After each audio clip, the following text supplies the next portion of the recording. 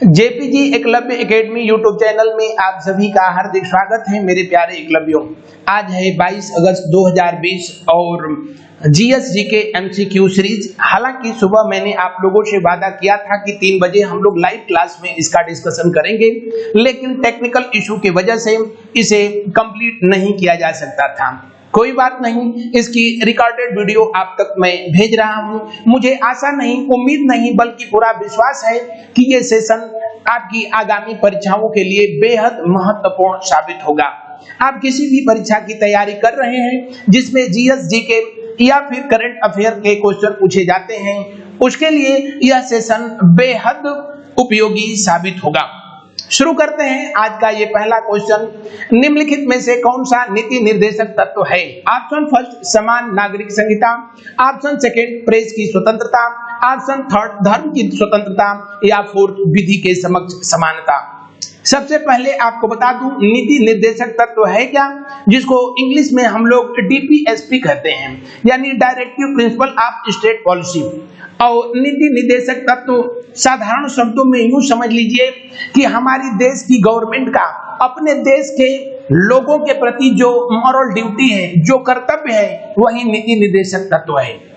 यानी किसी भी देश की गवर्नमेंट का अपने देश के नागरिकों के प्रति जो कर्तव्य होता है, उसी को नीति निर्देशक तत्व कहा जाता है। और देश के नागरिकों का अपनी गवर्नमेंट के प्रति, अपने देश के प्रति जो कर्तव्य होता है, उसी को फंडामेंटल ड्यूटी कहते हैं या उसको मूलभूत कर्तव्य के नाम से जाना जाता है। आपको बता दूं, दुनिया के सिर्फ 2 संविधान में डीपीएसपी का उल्लेख किया गया है। कौन कौन? एक आयरलैंड और दूसरा अपना भारत महान। और आप सबको पता है कि भारतीय संविधान में डीपीएसपी किस देश के संविधान से लिया गया है? आयरलैंड के संविधान से लिया गया है। इसका उल्लेख किसमें किया गया है? तो आप कहेंगे कि सर डीपीएसपी का उल्लेख भाग 4 में किया गया है। किस आर्टिकल में किया गया है? तो आर्टिकल 36 से 51 तक, अनुच्छेद 36 से 51 के बीच डीपीएसपी का नीति निर्देशक तत्वों का उल्लेख किया गया है।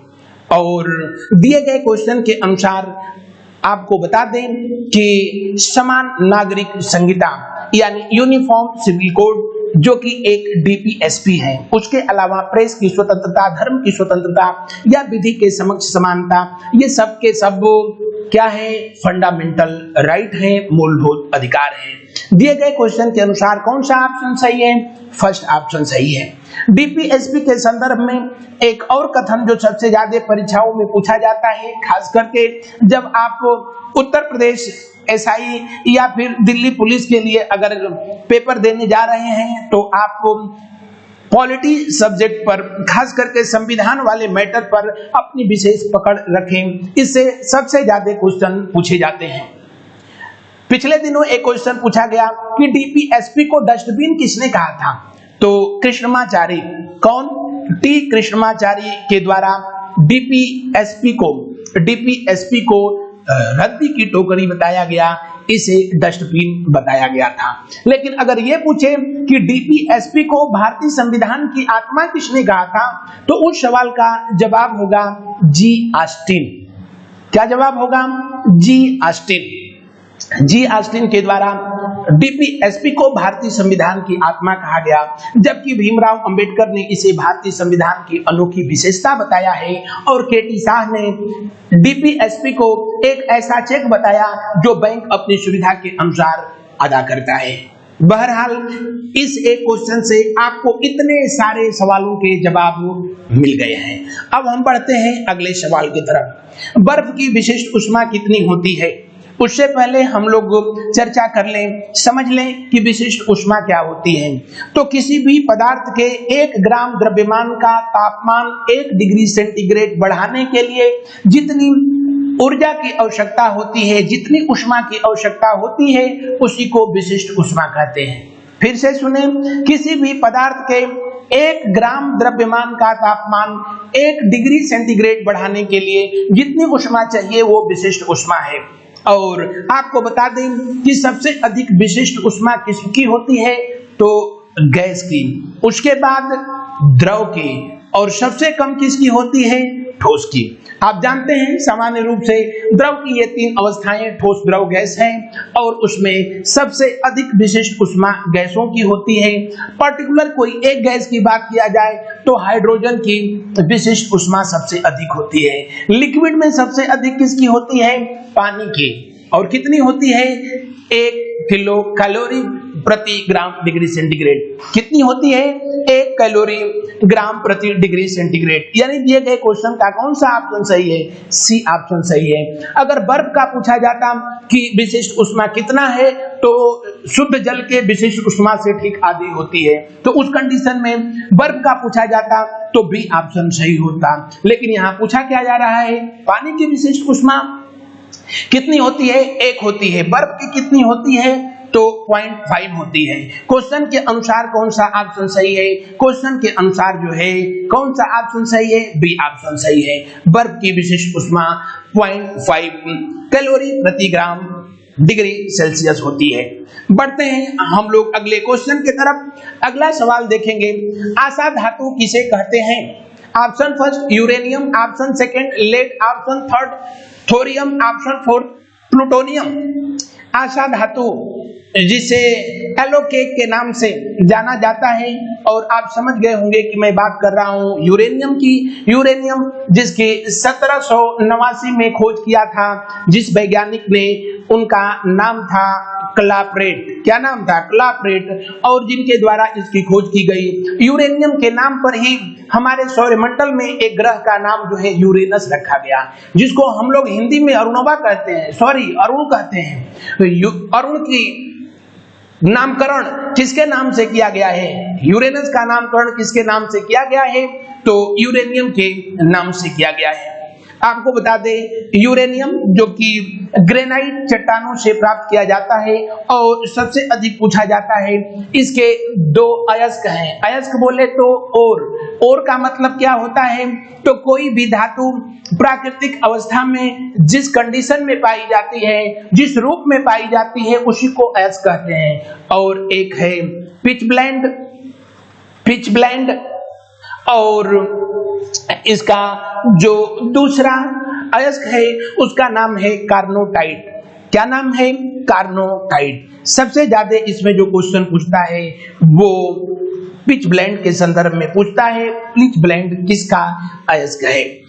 या थोड़ा सा क्वेश्चन का लेवल और अच्छा करेगा, जैसे एनडीए में पूछा था क्या पिच ब्लेंड का रंग कैसा होता है? तो नीला रंग का होता है। यूरेनियम का कलर जो कि आप कह सकते हो यूरेनियम जो कि ग्रे कलर में होता है, लेकिन इसका जो अयस्क होता है जिससे ये प्राप्त किया जाता है वो ब्लू कलर का होता है, नीला रंग का होता है। भारत में यूरेनियम सिर्फ झारखंड से प्राप्त किया जाता है और जिस खान से प्राप्त किया जाता है, जिस माइन से, उसका नाम है जादूगोड़ा। क्या नाम है? जादूगोड़ा से प्राप्त किया जाता है। हालांकि आंध्र प्रदेश का नालगोंडा या दूसरे ऐसे क्षेत्र हैं जहां पर यूरेनियम के भंडार पाए जाने के प्रमाण मिले हैं, लेकिन बहरहाल अभी प्रोडक्शन झारखंड के जादूगोड़ा से हो रहा है। विश्व में सबसे अधिक यूरेनियम आपका कजाकिस्तान, कनाडा, ऑस्ट्रेलिया जैसे देशों से किया जाता है। यूरेनियम के 3 जो आइसोटोप हैं, अयस्क हैं, जिनको कि 92, 235, 92,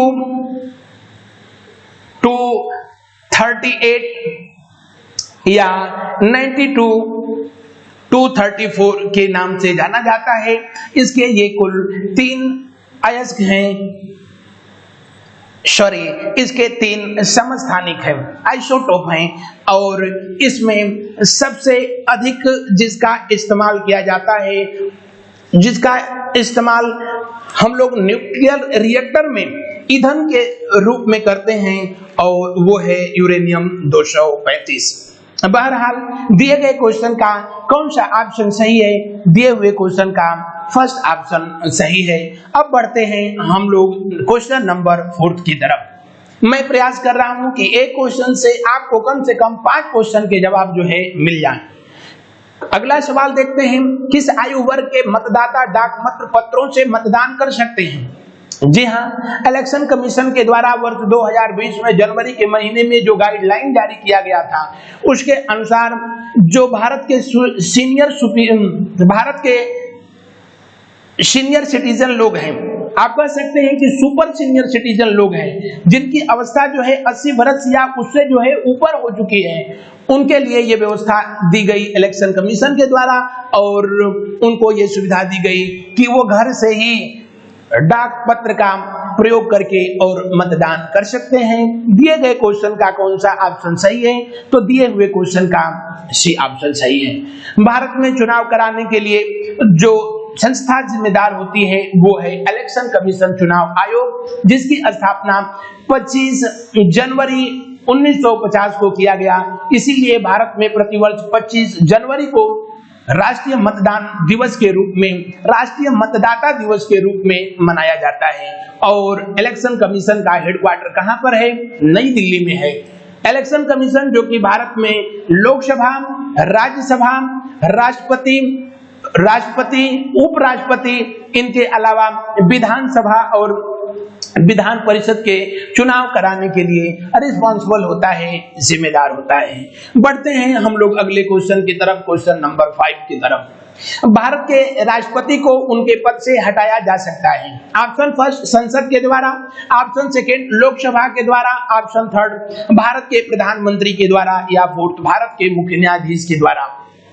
आपको बता दें कि भारतीय संविधान के आर्टिकल 52 के अनुसार भारत के एक राष्ट्रपति होंगे और ये भारत के प्रमुख व्यक्ति होंगे, पहले नागरिक होंगे। भारत के राष्ट्रपति को उनके पद से हटाने के लिए जो भारतीय संविधान में प्रावधान है आर्टिकल 61 में किया गया है, और उसको हम लोग महाभियोग के नाम से जानते हैं। किस नाम से जानते हैं? महाभियोग या इम्पीचमेंट के नाम से जाना जाता है। और जैसा कि आप जानते हैं, महाभियोग की प्रक्रिया भारत के संविधान में अमेरिका के संविधान से लिया गया है। और महाभियोग की प्रक्रिया जब भी जो है शुरू की जाती है राष्ट्रपति के खिलाफ, हालांकि भारत के इतिहास में किसी राष्ट्रपति के खिलाफ अभी तक कभी महाभियोग नहीं लाया गया, लेकिन जब भी महाभियोग लाया जाता है तो 14 दिन पहले राष्ट्रपति को बताया जाता है, और उसके बाद जो है ये महाभियोग का प्रस्ताव या तो लोकसभा में या नहीं तो राज्यसभा में प्रस्तुत किया जाता है। और जैसा कि आप जानते हैं, राष्ट्रपति को इससे पहले 14 दिन पहले सूचित कर दिया जाता है, और भारत का जो संसद है, राष्ट्रपति लोकसभा राज्यसभा से मिलकर के बनता है। तो भारत के राष्ट्रपति को उसके पद से हटाया जा सकता है सिर्फ संसद के द्वारा, और जिस प्रक्रिया के द्वारा हटाया जा सकता है उसको महाभियोग के नाम से जानते हैं। दिए गए क्वेश्चन का फर्स्ट ऑप्शन सही है। अगले सवाल की तरफ बढ़ते हैं। प्रधानमंत्री नरेंद्र मोदी सरकार द्वारा बनाई नीतियों और निर्णयों का एक आधिकारिक खाता, a new India select writing 2014 to 2019 पुस्तक में किसके चयनित लेखन का संकलन है? जी हाँ, दुनिया में आज भी कुछ लोग ऐसे हैं जो दुनिया से चले जाते हैं, लेकिन अपने कर्म के वजह से जो है जाने जाते हैं, अमर हो जाते हैं। और उनमें एक रहे भारत के वित्त मंत्री आप अरुण जेटली, जिन्होंने अपने पहले कार्यकाल के दौरान प्रधानमंत्री नरेंद्र मोदी सरकार के पहले कार्यकाल में जो भी नीतियां बनाई गई थी उनको शब्द रूप देने का प्रयास किया एक पुस्तक के माध्यम से, और वो पुस्तक का नाम था न्यू इंडिया सेलेक्ट राइटिंग। और इस पुस्तक को लिखा था किसने? अरुण जेटली ने। दिए गए क्वेश्चन का कौन सा ऑप्शन सही होगा? बी ऑप्शन सही होगा। बढ़ते हैं अगले क्वेश्चन की तरफ। राज्यसभा को भंग करने का अधिकार किसे है? अध्यक्ष, उपाध्यक्ष, सर्वोच्च न्यायालय, या इनमें से कोई नहीं? दरअसल ये सेशन जो मैं आपको रिकॉर्डेड वीडियो के माध्यम से भेज रहा हूं, इसे स्पेशली बनाया गया है आप यूपीएसआई या फिर दिल्ली पुलिस जेल वार्डन के परीक्षाओं के लिए, जिसमें सबसे अधिक जो क्वेश्चन पूछे जाते हैं वो भारतीय संविधान से क्वेश्चन पूछे जाते हैं। क्वेश्चन नंबर 7, राज्यसभा को भंग करने का अधिकार किसे है?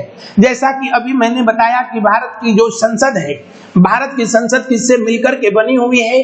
तो भारत के संसद के जो है 3 अंग हैं। एक है अपने राष्ट्रपति महोदय, दूसरा जो है राज्यसभा और तीसरा जो है लोकसभा। इन्हीं 3 से मिलकर के भारत की संसद बनी हुई है, जिसका उल्लेख किसमें किया गया है? संसद का उल्लेख आर्टिकल 79 में किया गया है, राज्यसभा का उल्लेख आर्टिकल 80 में और लोकसभा का उल्लेख आर्टिकल 81 में किया गया है, राष्ट्रपति 52 में, जिसमें लोकसभा का कार्यकाल 5 साल का होता है। प्रत्येक 5 वर्ष के बाद लोकसभा का चुनाव कराया जाता है। राज्यसभा जो है कभी भी भंग नहीं होती है। राज्यसभा कभी भी भंग होती ही नहीं, तो भंग करने का कोई सवाल ही पैदा नहीं होता। दिए गए क्वेश्चन का डी ऑप्शन सही है। राज्यसभा जिसके सदस्यों का कार्यकाल 6 साल का होता है, जबकि लोकसभा के सदस्यों का कार्यकाल 5 साल का होता है। बढ़ते हैं हम लोग अगले क्वेश्चन की तरफ। क्वेश्चन नंबर 8 को देखेंगे। रानीखेत रोग किससे संबंधित है? ऑप्शन फर्स्ट मनुष्य, ऑप्शन सेकंड मुर्गी, ऑप्शन थर्ड बकरी या ऑप्शन 4 भैंस। आपको बता दें कि वायरस से होने वाला रोग जिसको उत्तराखंड के रानीखेत में सबसे पहले देखा गया और यह रोग मुर्गियों में देखा गया, इसलिए इसका नाम ही रानीखेत रख दिया गया। और इस रोग की वजह से न जाने कितनी मुर्गियां जो है बहुत जल्दी खेत हो जाती थी। और वायरस से होने वाले ये रोग किससे स्पेशली संबंधित है? मुर्गियों से संबंधित है। दिए गए क्वेश्चन का कौन सा ऑप्शन सही है? बी ऑप्शन सही है। बढ़ते हैं क्वेश्चन नंबर 9 के तरफ। राज्यों को वित्तीय लेखों पर नियंत्रण कौन रखता है? जी हाँ, राज्यों का वित्तीय लेखों पर नियंत्रण किसका होता है? आपको बता दें कि फाइनेंशियल अकाउंट चाहे वो सेंट्रल गवर्नमेंट की हो या स्टेट गवर्नमेंट की हो, उस पर कंट्रोल जो होता है वो कैग का होता है। कैग बोले तो कंट्रोलर ऑडिटर जनरल, यानी नियंत्रक और महालेखा परीक्षक, जिसका उल्लेख इसमें किया गया है आर्टिकल 148 में किया गया है। वर्ष 2020 में अभी हाल ही में जीसी मुर्मू को, किसको? जीसी मुर्मू, जो कि इससे पहले जम्मू कश्मीर के उपराज्यपाल थे, उनको भारत का 2020 में अगला कैग नियुक्त किया गया है। और कैग अपनी जो एनुअल रिपोर्ट होती है वो केंद्र में राष्ट्रपति को सौंपता है और राज्य में किसको सौंपता है? राज्यपाल को सौंपता है। किसको सौंप देता है? राज्यपाल को सौंप देता है। यानी केंद्र और राज्य सरकार दोनों के जो आधिकारिक जो खर्चे होते हैं उस पर नियंत्रण किसका होता है? सीएजी का नियंत्रण होता है। सीएजी जिसकी सबसे पहले इस पोस्ट को भारत शासन अधिनियम इंडियन रेगुलेटिंग एक्ट 1919 के तहत बनाया गया था, जिसे मॉन्टेग्यू चेम्सफोर्ड सुधार के नाम से भी जाना जाता है। दिए हुए क्वेश्चन का कौन सा ऑप्शन सही है? कौन सा ऑप्शन सही है? कोई ऑप्शन सही नहीं, इसलिए ऑप्शन डी सही है। क्वेश्चन नंबर 10 को हम लोग देखेंगे। पाकिस्तान से सबसे कम सीमा किस राज्य से लगती है? पाकिस्तान जो कि 1947 से पहले हिंदुस्तान का ही अंग था, लेकिन अब तो हिंदुस्तान के लिए ये नासुर बना पड़ा है। और वर्तमान समय में अब पाकिस्तान से भारत के कुल कितने राज्य लगते हैं? तो सिर्फ 3 राज्य लगते हैं। उनको याद रखने का ये सूत्र है पंगु राज। पंगु में प का मतलब क्या है? पंजाब है। ग का मतलब क्या है? गुजरात है। रा का मतलब क्या है? राजस्थान है। और ज का मतलब क्या है? जम्मू एंड कश्मीर है। आपको बता दें कि जम्मू कश्मीर अब राज्य नहीं रह गया है, केंद्र शासित प्रदेश रह गया है। तो हो सकता है कि ये बर्निंग इशू है जम्मू कश्मीर। धारा 370 को हटाया गया था 5 अगस्त 2019 को।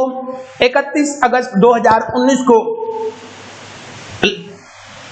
सरदार वल्लभ भाई पटेल जी के जन्मदिन पर एकता दिवस के दिन जम्मू कश्मीर को 2 केंद्र शासित क्षेत्रों में बांट दिया गया था।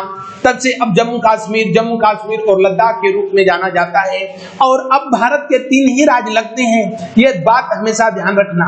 अब 4 राज्य पाकिस्तान से नहीं लगते हैं, 3 राज्य लगते हैं। और सबसे कम बाउंड्री किसकी लगती है?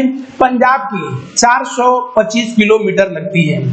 उसके बाद गुजरात की लगती है 525 किलोमीटर लगती है, 505 किलोमीटर लगती है।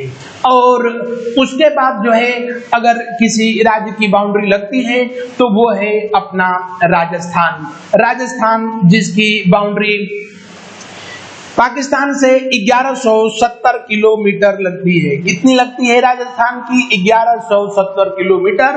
और जम्मू कश्मीर जिसे 1122 किलोमीटर की बाउंड्री लगती है। तो दिए गए क्वेश्चन के अनुसार कौन सा ऑप्शन सही होगा? बी ऑप्शन 100% सही होगा। एक सवाल का जवाब आप लोग मुझको कमेंट करके बताएंगे। कमेंट करके जरूर बताना कि लद्दाख की सीमा पाकिस्तान से लगती है या नहीं। बढ़ते हैं हम लोग अगले क्वेश्चन की तरफ। इस समय धुआंधार बारिश हो रही है और मैं रिकॉर्डिंग कर रहा हूं। उसकी आवाज हो सकता है कि माइक के माध्यम से आप लोगों तक पहुंच पाए। यहाँ पूरे दिन जो है मौसम खराब था और रुक रुक के बारिश हुई है, कभी कभी धुआंधार बारिश हुई है और इस समय भी वही हालात चल रहे हैं। क्वेश्चन नंबर 11 को देखते हैं। घड़ी कर या गृह कर लगाने वाला दिल्ली का पहला सुल्तान कौन था? Option first Balban, option second Alauddin Khilji, option third Mohammad bin Tughlaq या फोर्थ फिरोज शाह तुगलक। मेरे प्यारे एकलव्यों, आपको जानकारी के लिए बता दूं, अलाउद्दीन खिलजी जो कि खिलजी वंश का दूसरा सुल्तान था और इसके शासन काल में कर की दर सबसे अधिक रही थी और वो जो है 50% रहा था। अलाउद्दीन खिलजी के बाद मोहम्मद बिन तुगलक दूसरा ऐसा सुल्तान था जिसके शासनकाल में कर की दर जो है 50% रही थी। और अलाउद्दीन खिलजी जिसका शासनकाल भारत पर वर्ष 1296 से लेकर के 1316 तक रहा था, बड़ा ही क्रूर शासक था अलाउद्दीन खिलजी। 20 वर्ष तक हिंदुस्तान पर शासन किया और 50% जिसके शासनकाल में टैक्स का रेट था, किसी को भी नहीं छोड़ा। इवन दैट झोपड़पट्टी में रहने वाले लोगों पर भी जो है टैक्स लगाया, जिसे कि झोपड़ी कर या घड़ी कर के नाम से जाना गया। जिनके पास कुछ नहीं था उनको भी कर देना पड़ता था। और ये कारनामा करने वाला कमीना अलाउद्दीन खिलजी था। दिए गए क्वेश्चन का कौन सा ऑप्शन सही है? दिए हुए क्वेश्चन का बी ऑप्शन सही है। बढ़ते हैं अगले क्वेश्चन की तरफ। उससे पहले आपको बता दूं कि हिंदुस्तान में सबसे पहले जजिया कर लगाने वाला कोई सुल्तान था तो फिरोज शाह तुगलक था। जजिया कर लगाने वाला सुल्तान, ये बहुत क्वेश्चन जो है पूछा जाता है और ये बहुत घुमा करके भी पूछा जाता है। अगर पूछे कि भारत में सबसे पहले जजिया कर किसने लगाया था तो उस सवाल का जवाब होगा मोहम्मद बिन कासिम, जो कि भारत पर आक्रमण करने वाला पहला सफल आक्रमणकारी था अरब का। उसने भारत पर सबसे पहले जजिया कर लगाया। भारत पर जजिया कर लगाने वाला पहला विदेशी सुल्तान कौन था? तो उस सवाल का जवाब होगा महमूद गजनवी। कौन? महमूद गजनवी भारत पर जजिया लगाने वाला पहला विदेशी सुल्तान था और भारत पर जजिया लगाने वाला पहला स्वदेशी सुल्तान ये फिरोज शाह तुगलक था। जजिया कर होता क्या है? इस्लाम धर्म को नहीं मानने वाले लोगों पर लगाए जाने वाला कर ही जजिया कर कहलाया। तो ये था आज का सेशन और ये मेरा प्रयास आपको कैसा लगा आप कमेंट करके मुझको जरूर अवगत कराएंगे, मुझको बताएंगे। मुझे पूरा उम्मीद है कि ये सेशन आपके लिए बहुत ही लाभदायक सिद्ध होगा। Thank you.